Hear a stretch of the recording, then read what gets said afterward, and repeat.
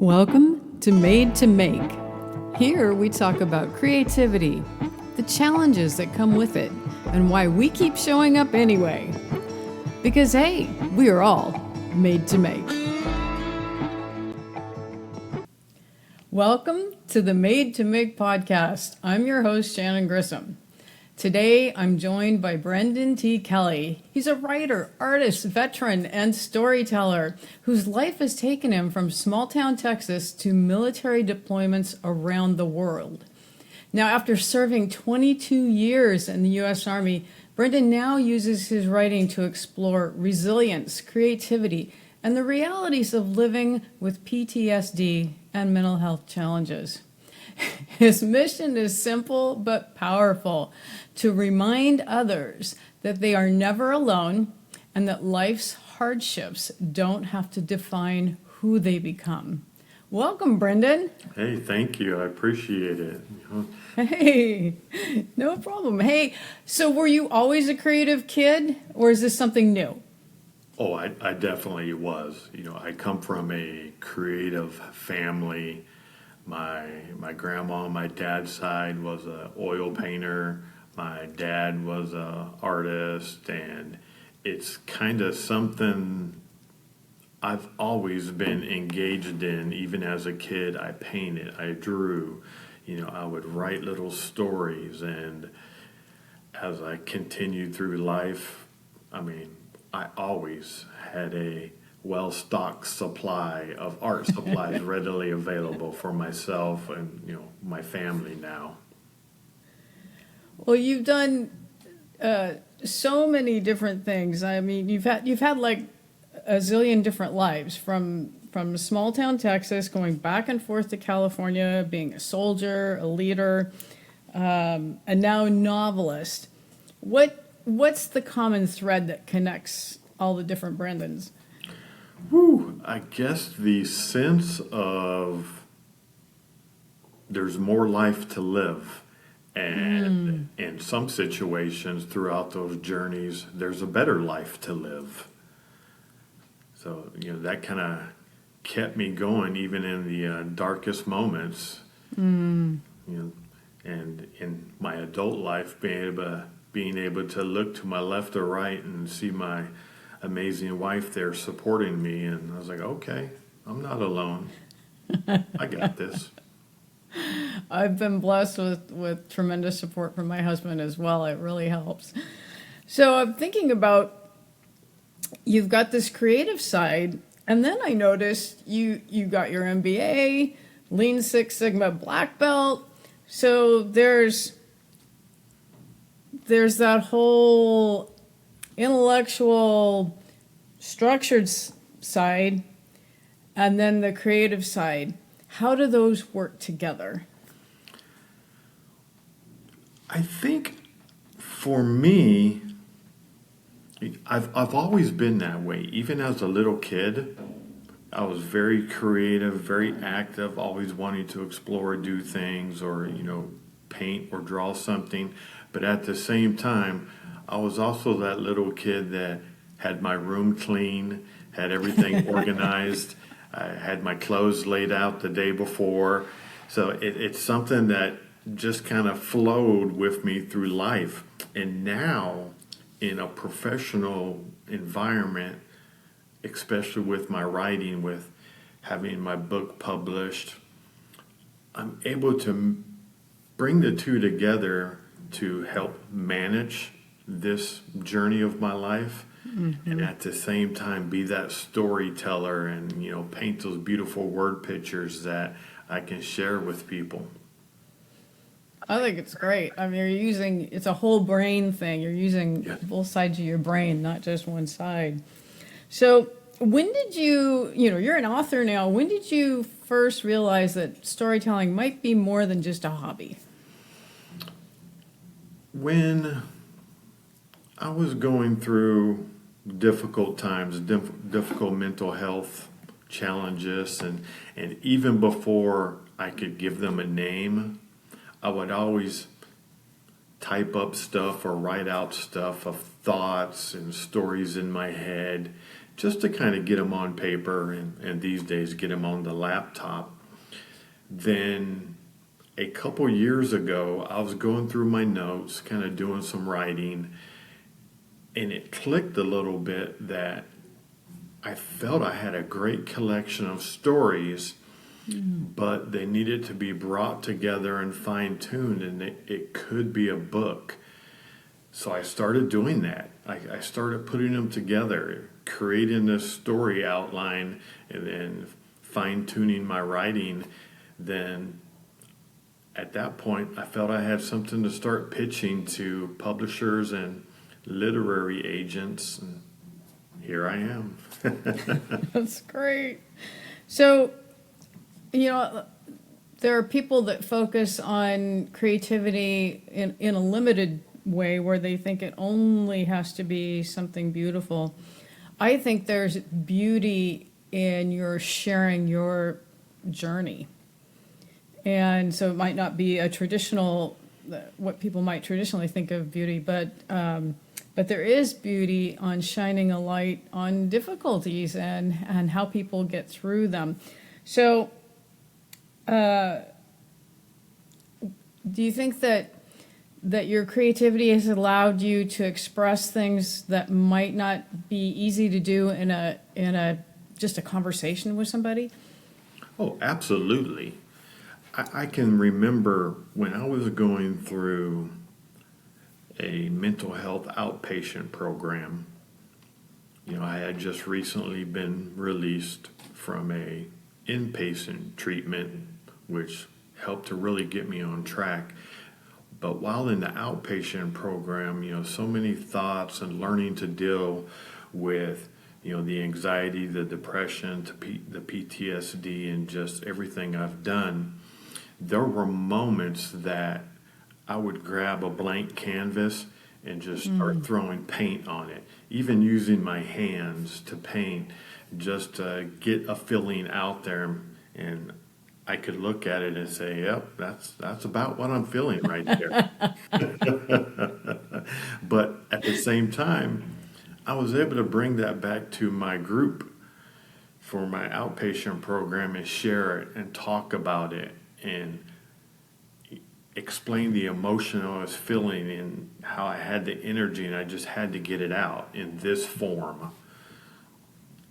Yeah, I find that for me, there are different forms. I really think that was a key point there with that form.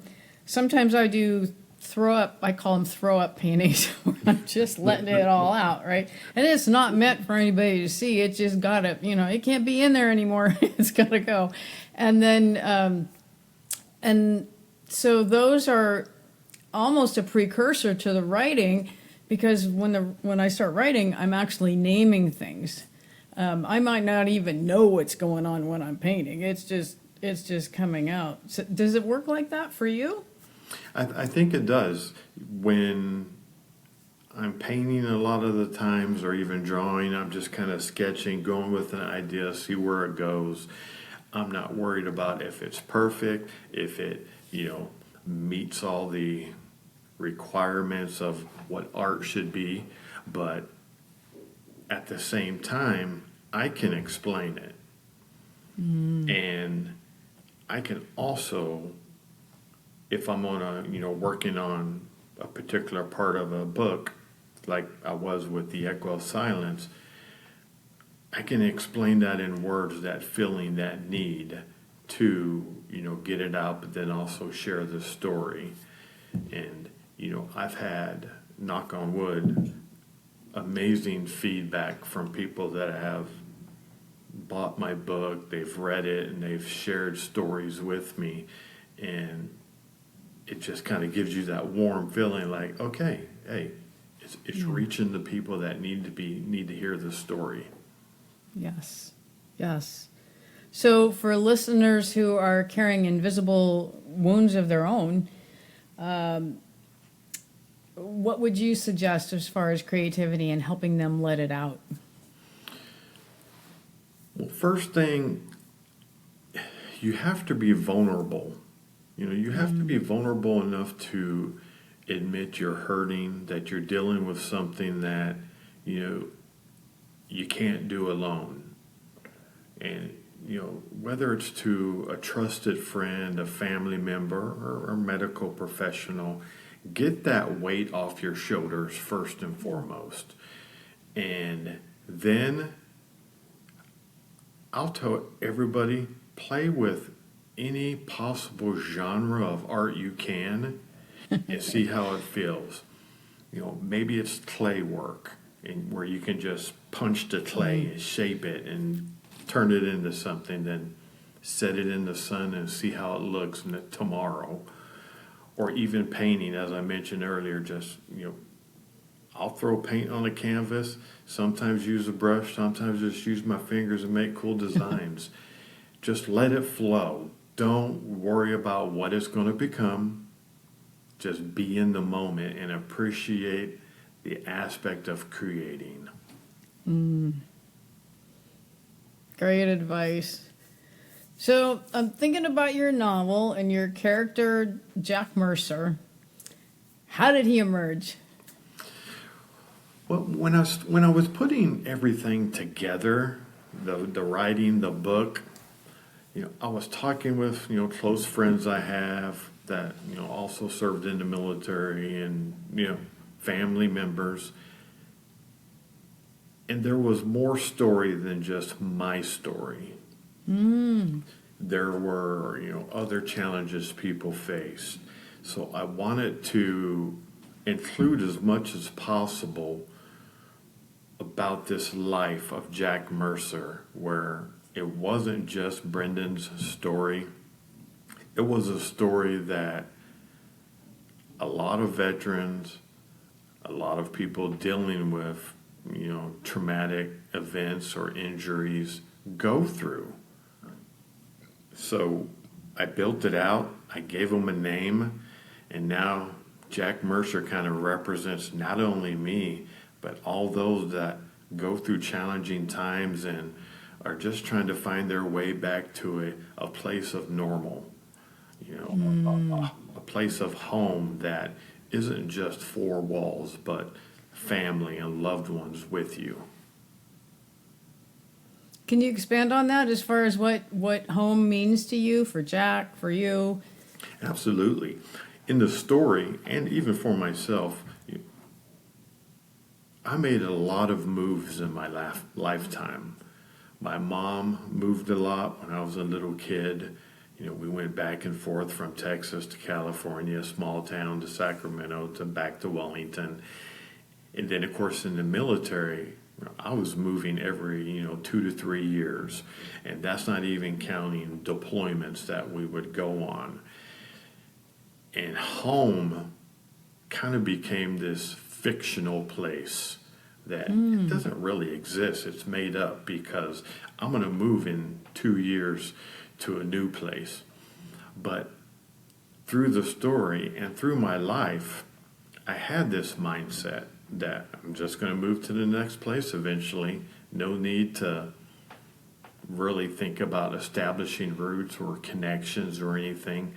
But through the journey, I realized it doesn't matter where you're at, whether you have a big house, little house, apartment, a temporary house, whether you're renting or you're owning. I realized that home is when I'm with my wife. Home is when we're sitting on the couch and our dog is laying between us. Home is when my daughters come home for the holidays and visit with us. And then home is when my brother and sister and friends can come over and we can have game night. That was home. So. Wow. Well said, Brandon. I am tearing up. That is just beautiful. Wow. Thank you. Whew. And now I think we're going to take a break so I can get some Kleenex. And now a word from our sponsor. And today, that would be me. If you're creating, growing, or figuring things out, encouragement matters. The Sock Monkey Oracle card deck is something really special. It's like having a creative friend you can turn to when you need reassurance, clarity, or a gentle reminder that you're doing way better than you think. You can find it on Amazon, and it's there for those moments when you need support without judgment. That's the Sock Monkey Oracle. Find it on Amazon today. Now, back to our show. Well, and now we're back speaking with Brendan Kelly about his amazing journey and his book that's just, you got to get it. That's all I can say. You got to get it. I think it's going to help people. You don't have to be suffering from PTSD to enjoy the book. I think everybody's had experiences where they could relate to this journey. So check it out. So I'm thinking about the ripple effects of trauma. You explore that in the book, and also how does that relate just in life? Too often, especially when you have a significant traumatic event, and in my case, in Jack's Mercer case, it was going to war. It was engaging in combat and taking a life. And it stuck with me. Though I was on multiple deployments, it was that first combat situation, seeing the 2 lives that I had taken in that combat, that picture was carved in my head permanently. And it's still there today. I'm just able to now better see it and accept it. But the trickle effect is, especially when you don't share that story with anybody and you try to keep it in, that pressure builds, and the critic in our mind lies to us and tell us, we don't have to tell anybody. We can manage it on our own. We got this. You're tough. And in the military, it was easy to suppress it because you're moving on to the next thing. You're doing something else to keep part of your brain active. But when I retired, there was a big chunk of life of having a purpose that was now gone. And, I threw myself into my work of being a high school teacher, and that helped for a little bit, but my anger started coming out more. Little things would trigger me, and eventually, I would blow up for no reason over little things. And I saw the stress it could put on my wife. I saw the stress it could put on my children when they were younger. And then I eventually had to deal with the stress it had put on me. So the trickle effect is it builds up when you don't let it out, It's like that balloon. You can only put so much air in it before it pops. So. Wow, yeah.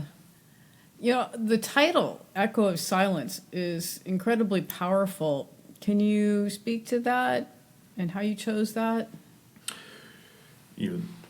When I saw the title, my publisher and we were going back and forth sharing ideas. And the working title of the book was Finding Home.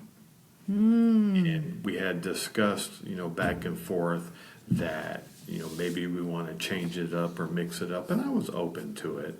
But we were throwing ideas back and forth. And then she sent that title, The Echo of Silence, a novel about finding home. And I'll tell you, Shannon, I paused and I was just like, oh my goodness, that is it. Because I could feel it. I felt it when I said it. And I replied back to her. I was all, I don't know how you did it, but that's it. That is the title. And, we talked about it a little bit more in conversations, because in the book I talk about that silence that is carried with you when the shooting and the explosions were over. The silence was powerful. When I'm alone in the morning, sitting on the edge of my bed, the silence is just ringing. So I discuss it a little bit here and there throughout the book, and how that silence just echoes until we, take action. Wow, that's just incredibly powerful. I know that your mission is to connect and help people who are facing hardship. Have you had conversations with readers that are helping you realize that you are meeting your goal? Absolutely. I've been so fortunate that the people that have read my book have reached out to me. They've given me great reviews, but that's neither here nor there. But I've had some veterans that have reached out to me, and they said, I felt like I was almost reading part of my story. And I was like, yeah, a lot of us have been through the same things, and a lot of us are not taking care of ourselves. So we went back and forth, and fortunately, it was a fellow veteran who is taking care of himself. But I've also spoken with people that have read the book that have dealt with, life. And they've had serious issues, whether it be health or a traumatic event. And they've shared with me that the journey Jack Mercer goes on was similar to what they had to do. You kind of had to walk through the fire to get through the other side. And, I'll tell people that, there's a light at the end of the tunnel. It may be tiny, or you might not even be able to see it initially, but take those steps. Keep that progress going, regardless of how small it is each day. But eventually you will get there. And, the readers have shared great things, and I feel very supportive in the work that I've put out there. You've reinvented yourself several times over the course of your career, as far as, and I don't know, maybe that's not really the right word. It's not like you've reinvented yourself. You've had a lot of different careers. You've always been you. What has creative transition or career transition taught you about identity and purpose? Yeah, and I think you're on point with, having lived multiple lives and kind of recreated myself along the way, because that too is part of growth. I look back on that young kid, before he joined the military, and his goals and his plans, and it's a different person from what I am now. And then, of course, going through the military, retiring, that whole transition, teaching high school, working in higher education, then now, being a novelist and sharing my story. There's a little bit of getting comfortable in the new role that comes with it. Yeah. But I always remind myself that, I'm the artist of this creation. I get to paint any colors I want. I get to put any words I want onto the canvas or onto the laptop, and I'm sharing my story, my journey. So for me, it flows nicely. And especially now, with a little bit more, time and years and knowledge underneath my belt, I'm a better person, and I know how to deal with those challenges a lot better than I did, a decade ago. Yeah, me too. Age and experience does definitely help. So what advice would you give somebody who feels creatively called, but they're thinking that their story doesn't matter or that they can't create? I'm sure you've heard this too before, Shannon, where you talk to someone and they say, "Oh, I'm just not creative," and it's like, well, you're just giving yourself an excuse not to be creative. That's all that is. Yeah.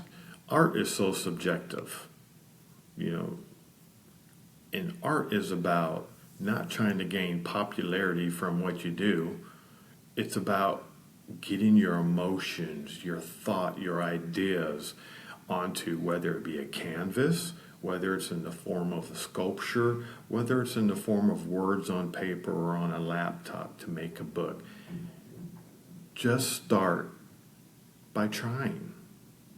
Play around, find your genre little by little. Go to a paint night, have a glass of wine, and just follow the instructions of the artist there. You'll find your groove, and if it becomes an outlet, hey, that's great. If not, well, then there's something else to try.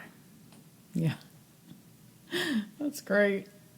So what are you working on now? You have a new novel that you're working on or something else creative that you're working on? Yeah, well, a big part of work now is going around to different events and book festivals, sharing the echo of silence with people and talking with groups. But I'm also in the process of writing my second novel, and I'm through it all. I'm kind of going through the phase where it's my own self-editing before I hand it off to publicists to do their review. And it's something that is very enjoyable because with this novel, I'm not going to give away too much. With this novel, I felt like I was able to have a lot more fun. Because with the echo of silence, getting it out there was an achievement, but at the same time, it was getting monkeys off my back. Very rewarding. But this one, it's really letting the creative juices flow because everything is a story in a creative process of developing those characters and making connections with hopefully the reader. So that's what I'm working on right now, and then hopefully next year that'll be out. Do you find you're having less after having one under your belt? Was it a little bit easier or less resistance writing the second one because you've got more self-confidence? Or or is it about the same process? No, I think there's definitely a little more self-confidence because even though I believed in what I was doing, we need that validation, whether we want to say it or not. The validation from others is important because it lets us know we're on the right track, that we're doing the right thing. So when I got my first book, The Echo of Silence, accepted by a small publisher, I was like, whoa, I did it. Yeah. I did it. Yeah. And then when I had my first author event and the room was full of people there to listen to me and ask me questions about the book, it was once again like, okay, bam, I made it. I'm there. So now with this book, the pressure definitely is off, but I still, the pressure is on me because I do it to myself to create a powerful book that still has good message for people as they read it. Wow. So what would you tell what do you wish your younger self knew about this whole process that you know now? Oh boy, I think I would take him by the arm, pull him aside and be all, listen, Brendan, you're going to go through some serious stuff. Don't wait to talk to somebody. Don't hesitate. Don't think you're the strongest person in the world and can do it on your own. It is okay to ask for help. Oh, that's great. I still am working on that one. Oh, I catch myself too. I still catch myself. I'm like, okay. Yeah. So Where can people find out more about you, like online? Yes, you can go to my website, which is www.brendantkelly.com, and you can learn more than you may want to know about me. You know, my biography there, my book, and things I'm working on, different podcasts I've been a part of, or articles. You can also follow me on social media on Instagram or Facebook, and it's the author, Brendan Kelly. And you see all the fun things I'm trying to do and a little bit of my sometimes dry humor. But yeah, that's my journey. That's where people can find me. Great, thank you. This has just been very enlightening and inspiring. Thank you, Brendan. Oh, my pleasure. Thank you for having me. Oh, you're welcome.